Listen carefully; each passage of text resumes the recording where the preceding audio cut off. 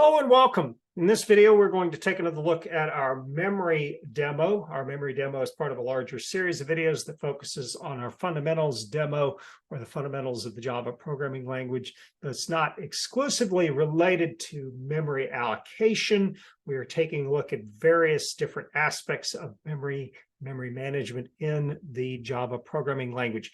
Now, in this particular video, we are going to take a look at a unique identifier called a hash code that will allow for us to compare, for instance, to see if two arrays are the same.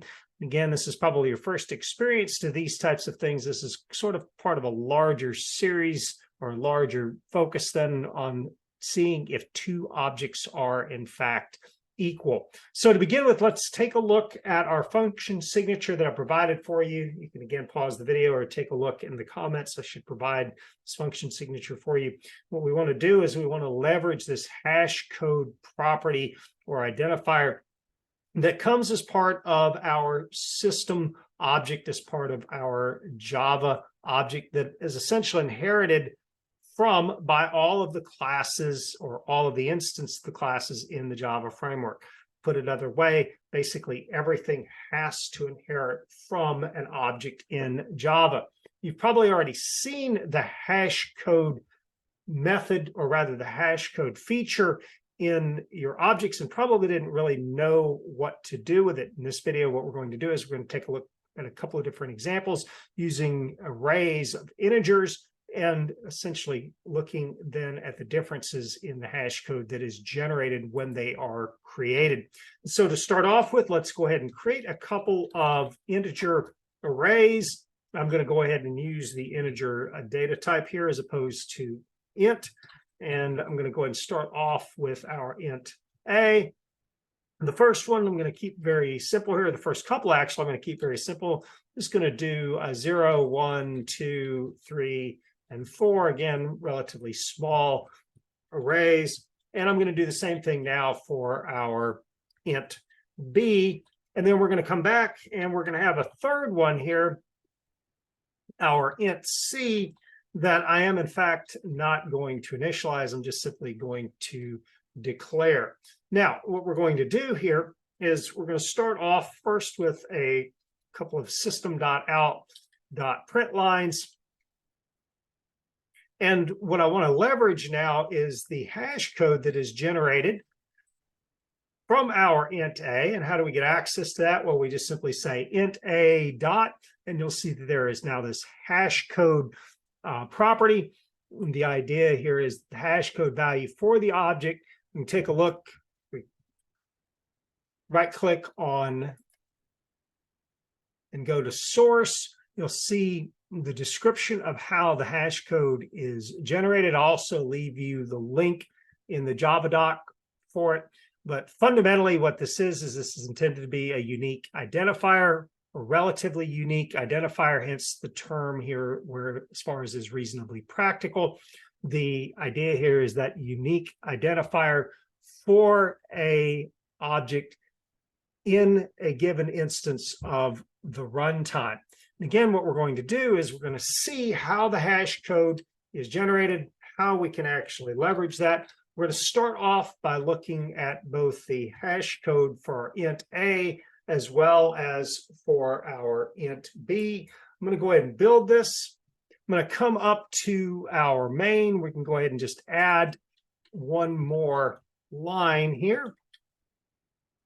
In this case, I'm just going to borrow the code from our earlier example, our is equals underscore 1, change it to 2, and then I'm going to make a quick call to our is equals underscore 02. Again, we're going to go ahead and build it. Come out to our command prompt, and we can go ahead and run it. And you can see here that our two arrays have different hash code values. And again, that's not too terribly surprising, even though they technically have the same values. As a matter of fact, if you were to come along here and we can add one more thing in this, we can actually compare our int a to our int b. So let's go ahead and do int a equal to int b. And why don't we take a second to improve this just a little bit. So much like we did in our earlier video, we're going to start off then with a comparison using the double equals. I'll go ahead, since we might as well make this look decent here, add a little bit of descriptor as to what we're doing with each of these. There is our hash code for our int A array, our hash code for our int B array. Yeah, I'm going to tab this over real quick. And of course, don't forget the extra parentheses. And then while we're at it, why don't we go ahead and do a quick comparison using the equals, which we saw earlier. We can just call by using one of our objects and comparing it then to the second one. And again, we can go ahead and build this, and let's see now how our little demo has evolved by calling it one more time.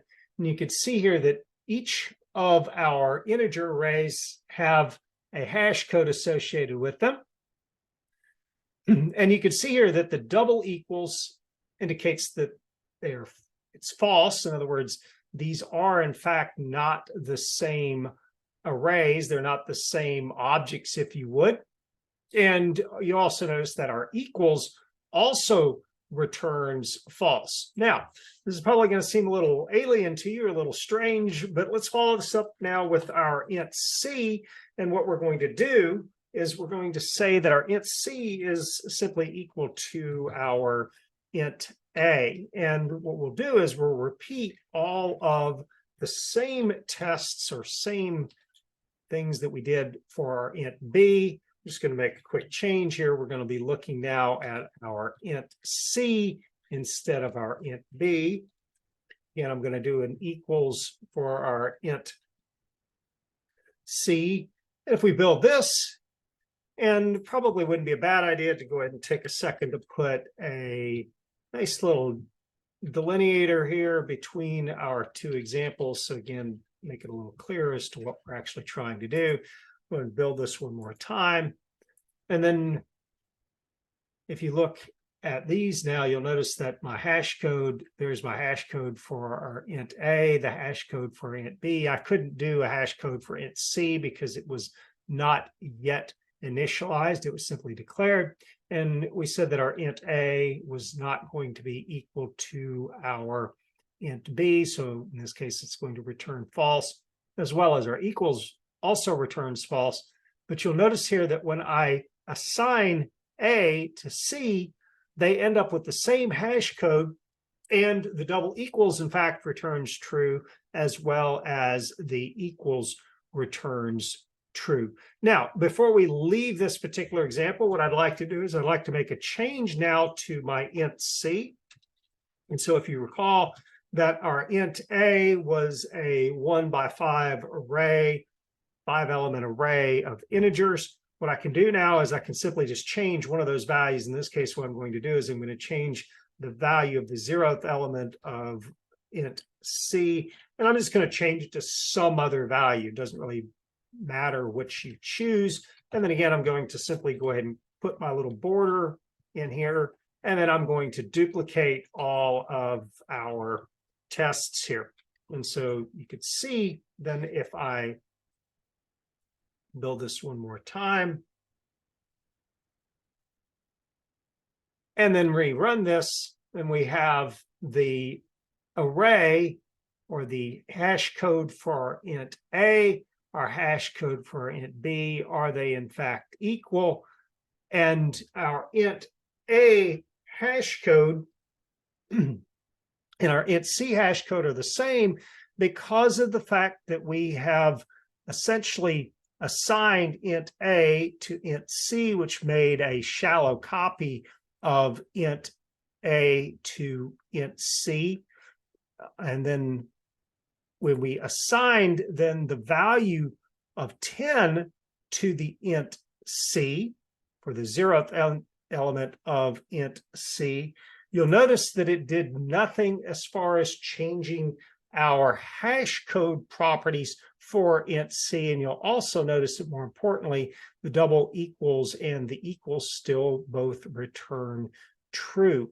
So what are you supposed to get from this is the fact that our double equals, when we are looking at our arrays as well as their equals, is not going to be a useful method for comparing the elements in an array. You're also going to see in the next video how you can actually modify the equals function, change the behavior of the equals function when you are creating your own custom objects. So again, this video is probably going to be a little disconcerting for you. It's kind of multifaceted. The idea is you want to see how you can use your double equals to your advantage, but also the idea of this hash code that is generated. But more importantly, you can also see where it does, in fact, fail for us.